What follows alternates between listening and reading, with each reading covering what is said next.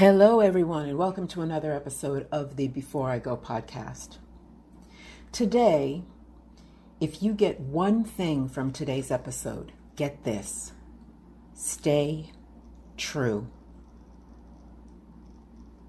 Someone contacted me recently and asked me to take her on as a health coaching client. She was hit hard during the pandemic, as most of us were, and she told me she needed help. She was practically yelling at me, "Take my money." I declined. Why? Because I stopped taking on clients several years ago because I found myself feeling like I was more invested in their success than they were. And it was exhausting. But the main reason why I declined was because I needed to stay true to myself. I wanted to help her, but not at the expense of my own peace of mind. Another example. I'm not hosting Thanksgiving anymore. No, Thanksgiving is my favorite holiday, and every year I host my entire family. But I decided that I wouldn't be doing it anymore. Why? Because I'm a vegetarian. And the thought of purchasing and preparing a turkey, ham, greens with neck bones, dressing with sausage, and a seafood casserole was just too much. And I was not going to subject anyone to a vegetarian Thanksgiving. But the main reason why I declined was because I needed to stay true to myself.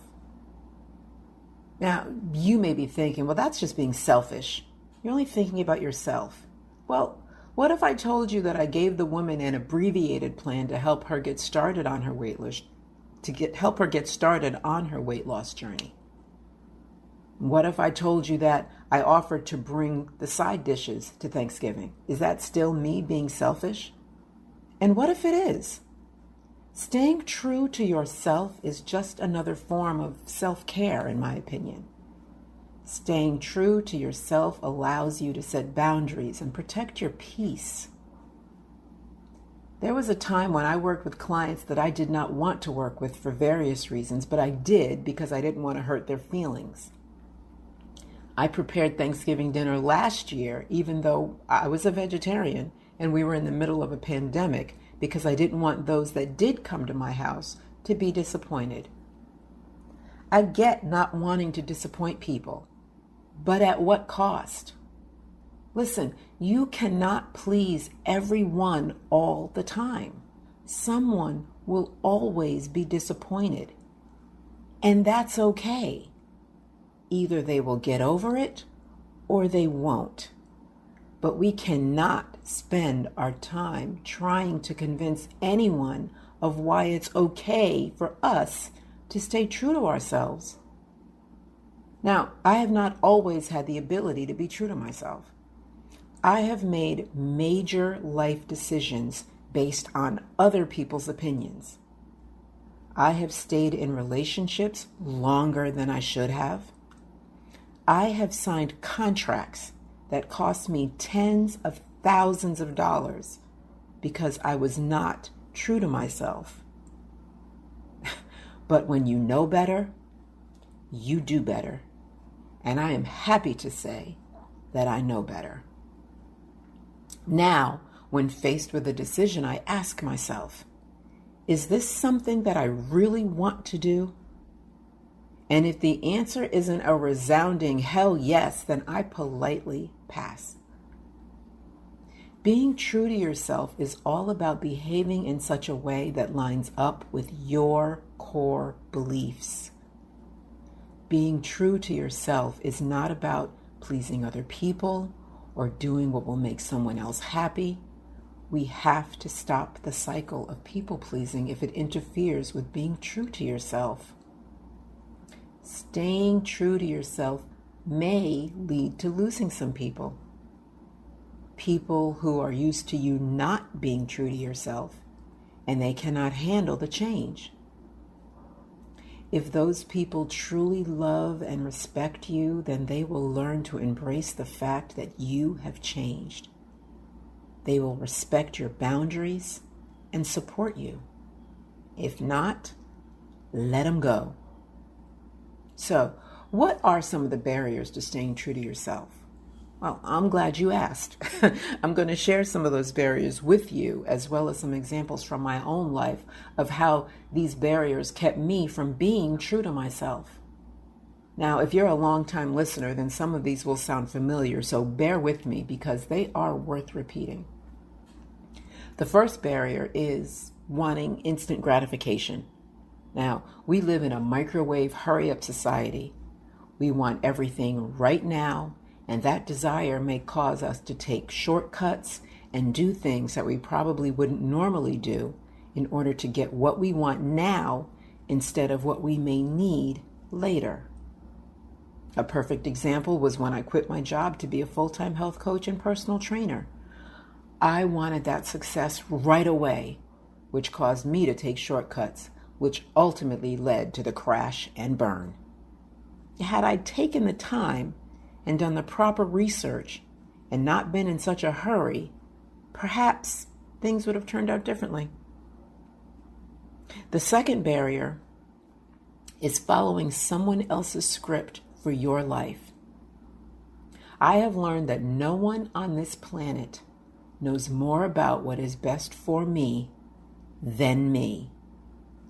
Unfortunately, it took about 50 years for me to get to that realization. I believed that I was supposed to graduate high school, go to college, get married, have kids, and live happily ever after. That was never the script that I had written for myself. My script included having kids and getting a job to support them and then live happily ever after. I was not being true to myself. The other script heavily depended on the actions of others. My script depends on me. The third barrier is fear of change.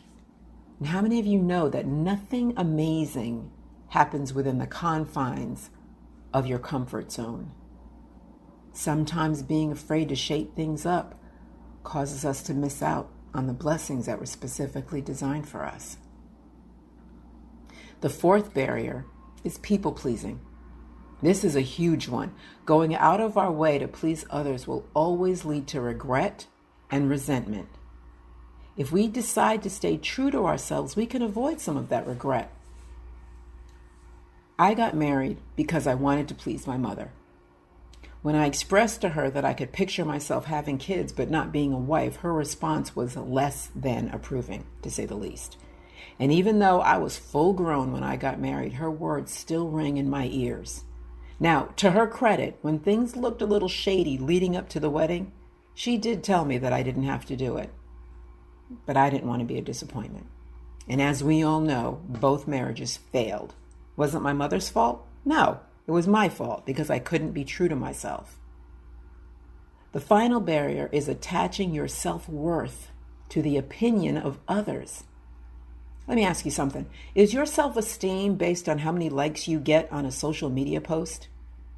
Does your mood change if someone doesn't notice and compliment your new hairstyle or outfit? Are you always trying to figure out how to impress people who don't live in your house or pay your bills?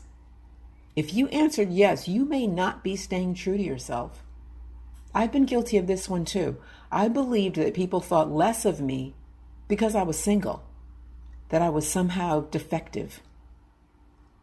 I've accomplished a lot in my life, and I am proud of those I am proud of those accomplishments, but I cannot say definitively that I pursued all those things because I wanted to or because I felt like I had something to prove to people who weren't even thinking about me.